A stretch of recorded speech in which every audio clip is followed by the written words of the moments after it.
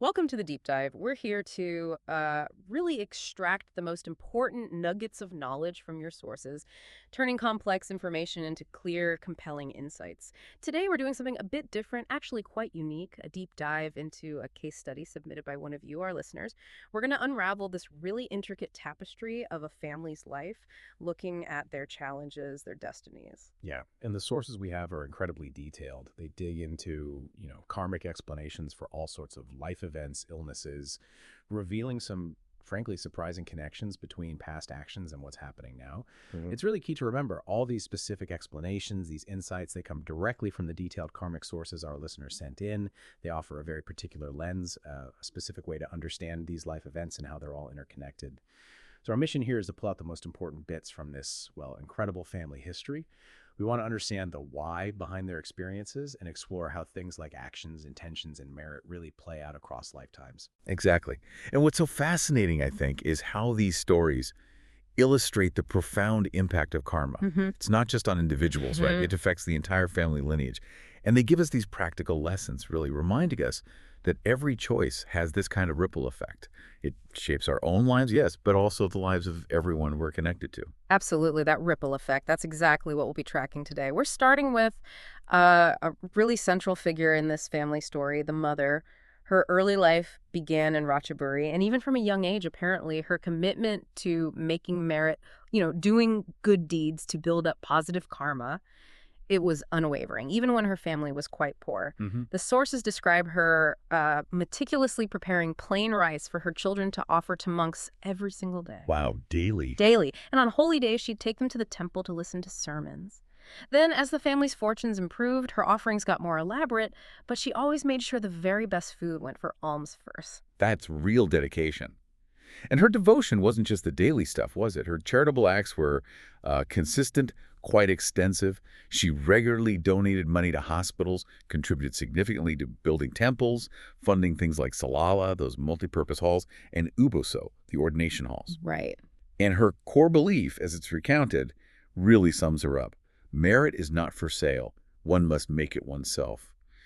That really emphasizes the personal responsibility, the drive behind her spiritual path. It really does. And yet, despite this incredible devotion, her later life was, well, it was marked by some severe health issues. She battled heart disease for nearly 20 years, and then later kidney disease, too. But then there's this really puzzling detail. These debilitating hallucinations. She was seeing groups of people doing good things, bad things, right there in her home. In her home? Yeah, even seeing worms in her food. It caused her huge distress. And what's really striking is that the doctors checked her brainwaves, found them perfectly normal, no physical brain damage to explain any of it.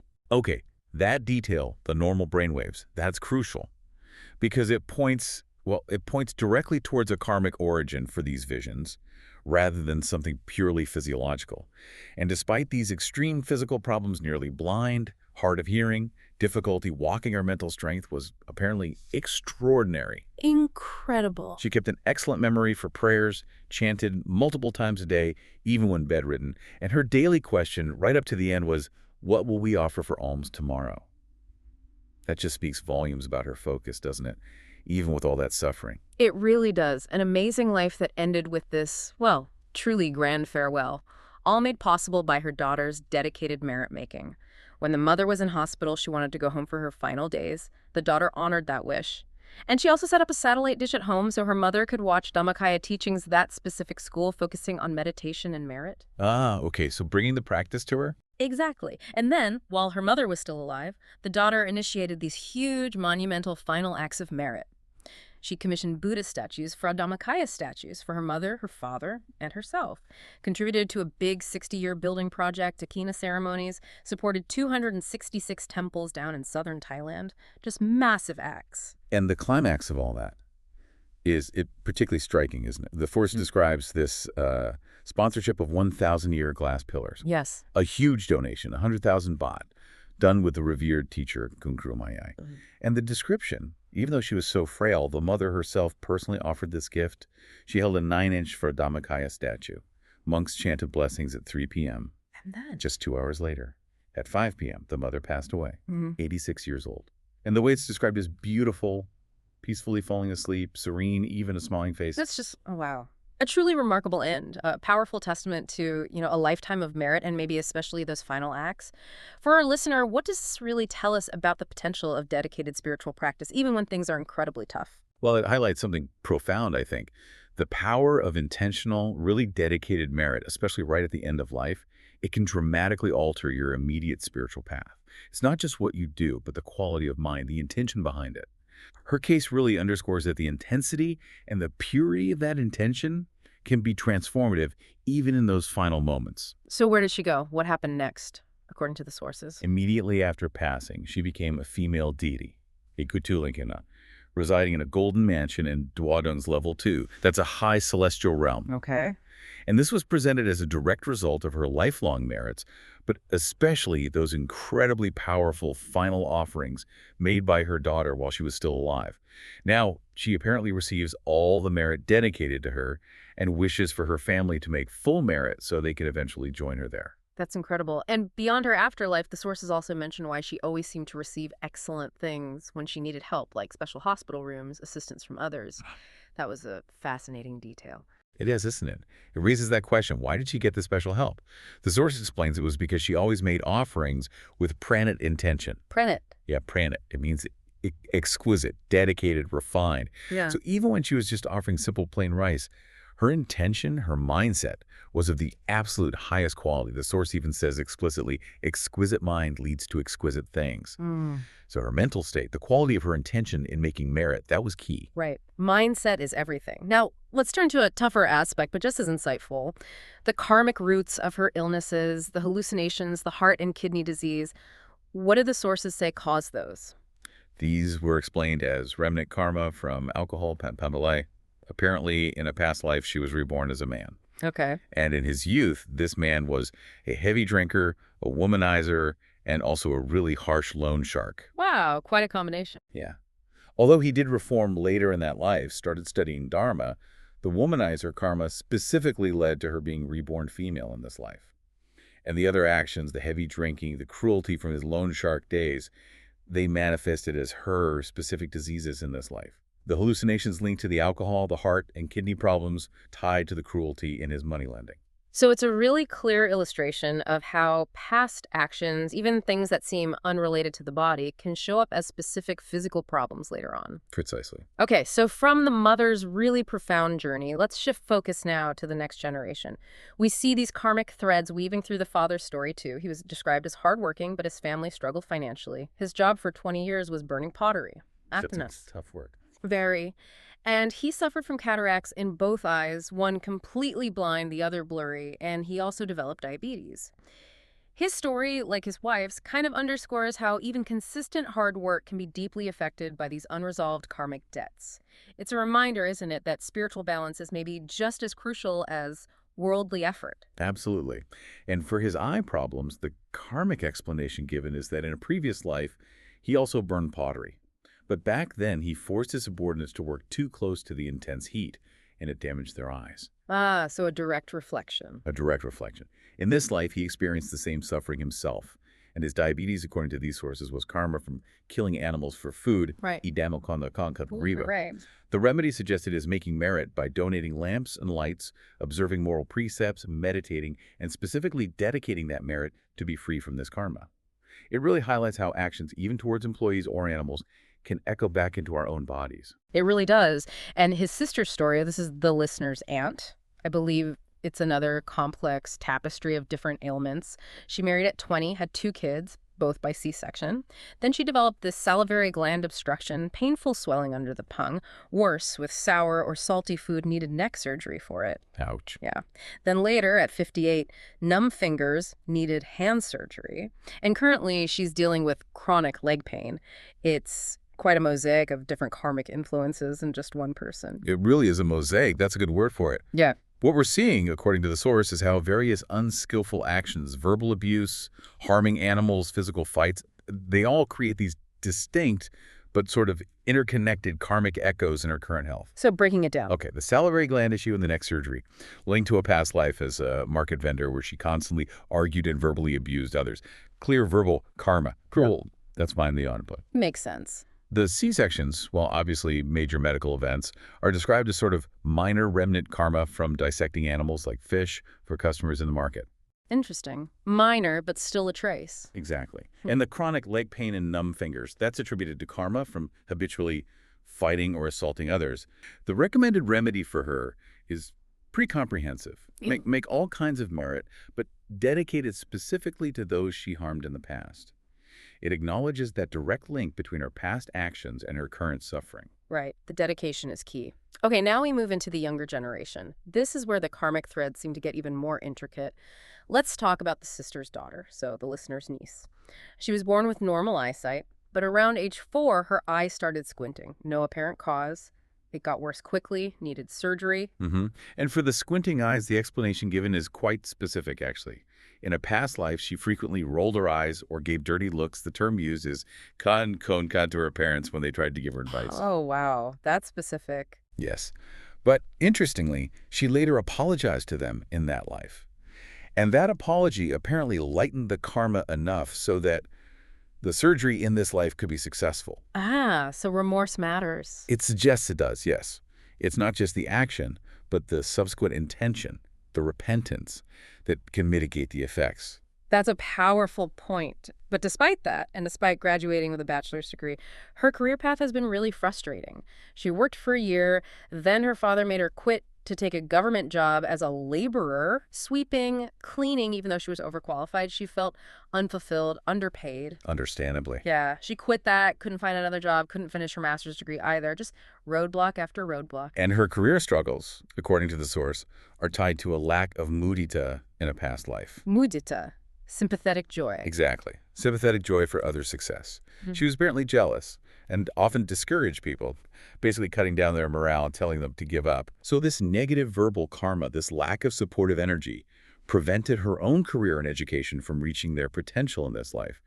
She lacked supporters because she hadn't supported others. So the insight there isn't just about jealousy itself, but the verbal act of discouraging others. Exactly. The direct impact of that verbal karma on your own support system, your own opportunities, it implies that actively uplifting others, even just in your thoughts, is kind of a crucial investment in your own future success. Yet, amidst all these career problems, there's this surprising positive. She found a supportive, well-off husband whose family absolutely loved her. A real contrast. Yes, it's a powerful illustration, isn't it? How different karmic streams can run side by side. The explanation given for her finding a good husband is the merit of supporting relatives in the past. Oh. So it highlights that principle. If you actively support your own relatives, you're likely to receive good support back in return, reflecting that kindness. Makes sense. And children. Any mention of that? Yes, the sources explicitly state there's no specific karma blocking children. Right. Like past abortion karma, for example. So having children is definitely possible for them if they want to. Okay, good to know. Now, following her story, let's pivot to her husband. His life reveals a different but equally karmically shaped set of patterns. His background is quite unusual. Raised by high-ranking parents, but the father was absent, the mother worked, and just left notes and money. He felt a real lack of warmth, described it like being a pet bird. He dropped out of education early. Yeah, that feeling of being provided for materially, but lacking warmth, that seems key. And his life choices reflect this pattern of maybe unfulfilled potential. He started heavy spending, drinking, smoking way back in vocational school. Failed in several businesses building souvenir boats, a sausage business where he got defrauded out of millions. Millions, wow. Yeah. And currently he's unemployed, relying on a 75-year-old mother who still works every day to support him. That's tough. And he has some really unique personality traits too, right? Like long hair, long beard, rarely cuts them. Obsessed with antiques, even asked for his deceased grandmother's sarong for his collection. Quirky, definitely. Yet he's also described as gentle, compassionate even toward geckos, apparently, and very respectful to his wife's family. That's where he finds the warmth he missed. So how did the sources explain his career failures, his reliance on his mother? It's put down to a lack of Iddhipada 4. Those are the 4 bases of success, basically. Chanda, genuine desire or passion for what you're doing. Right. Virya, the sustained effort and energy. Citta, attentiveness, focus. And Vimamsa, wisdom, investigation, reflection, learning from mistakes. So he's missing those key ingredients for success. Essentially, yes. Lacking the drive, the effort, the focus, and the analytical approach. Mm-hmm. Additionally, in past lives, he apparently made merit, but using his mother's money, he just sort of rejoiced rather than actively making merit himself or encouraging it. Ah, so passive participation. Exactly. And the antique collecting, the relaxed nature, those are seen as carryover habits from past lives where he was a child of wealthy parents, just enjoying hobbies at leisure. And like his wife, any karma regarding children. Same situation. No specific karma mentioned that would prevent them having children if they choose to. Okay. Next family member, the brother-in-law. He's a hardworking mechanic, but had this habit of daily evening drinking with friends. At 58, a heart attack led to right-sided paralysis, ongoing suffering. And his paralysis is explained as a direct karmic result of killing animals for alcohol snacks, something he apparently did in both past lives and this current one. Oh, okay. A recurring pattern. Seems so. However, there's been some partial improvement in his condition. Oh, why is that? This is attributed to his current merits and also past merits from providing medicine to monks and novices, providing medicine. Yes, so these positive actions, these acts of merit, are hoping to sort of cut through or lessen the severity of the negative karma from killing. Yeah. It shows that even really deep-seated karmic effects can potentially be mitigated through positive actions. That's hopeful. Now, finally, we turn to your own story, the listener, the original Ludi who sent all this in. You mentioned suffering from chronic dizziness or vertigo. What did the sources say about that? Yes, for your chronic dizziness or vertigo, the explanation given is actually quite vivid, quite specific. Apparently, in your childhood, you used to frequently spin bird cages, multiple cages even, just to make the birds inside dizzy for fun, for amusement. Oh, dear. Childhood actions. Yes, and that specific action created the karma for the dizziness that you now experience yourself. Right. So what's the remedy? What's the path to healing for this particular karma? The advice is to make all kinds of merit, dana, generosity, giving, sila, keeping moral precepts, and bhavana, meditation or mental development. And critically, to dedicate the merit from these actions to all sentient beings, but especially to those beings you have harmed, like those birds.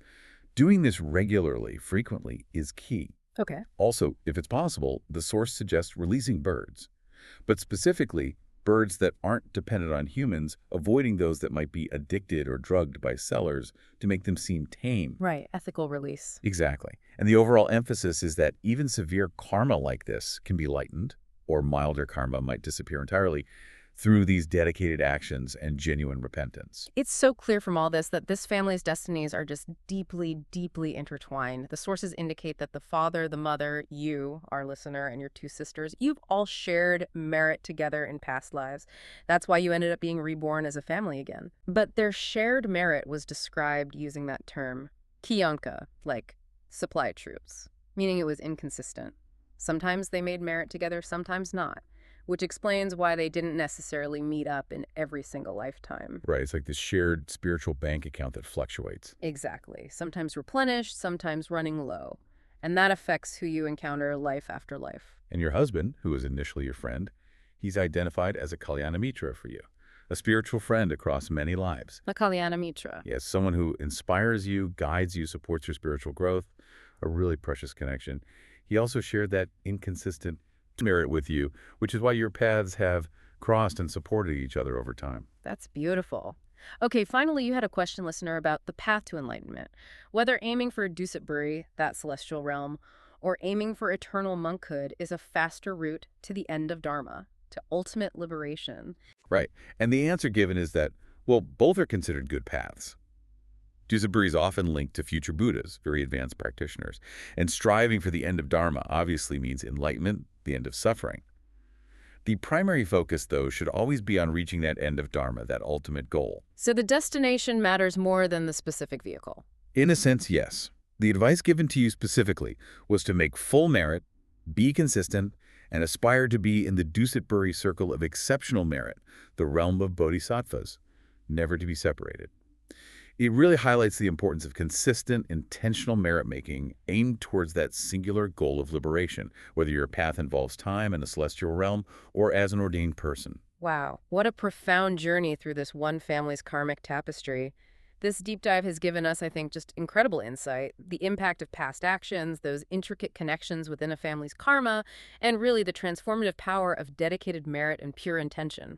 Absolutely. Yeah. And if we connect this to the bigger picture, it really shows us, doesn't it, that every single action, every word, every thought, it leaves an imprint. It shapes not just our own lives, but the lives of everyone around us. It's such a powerful reminder of how interconnected we all are and the ongoing ripple effects of our choices.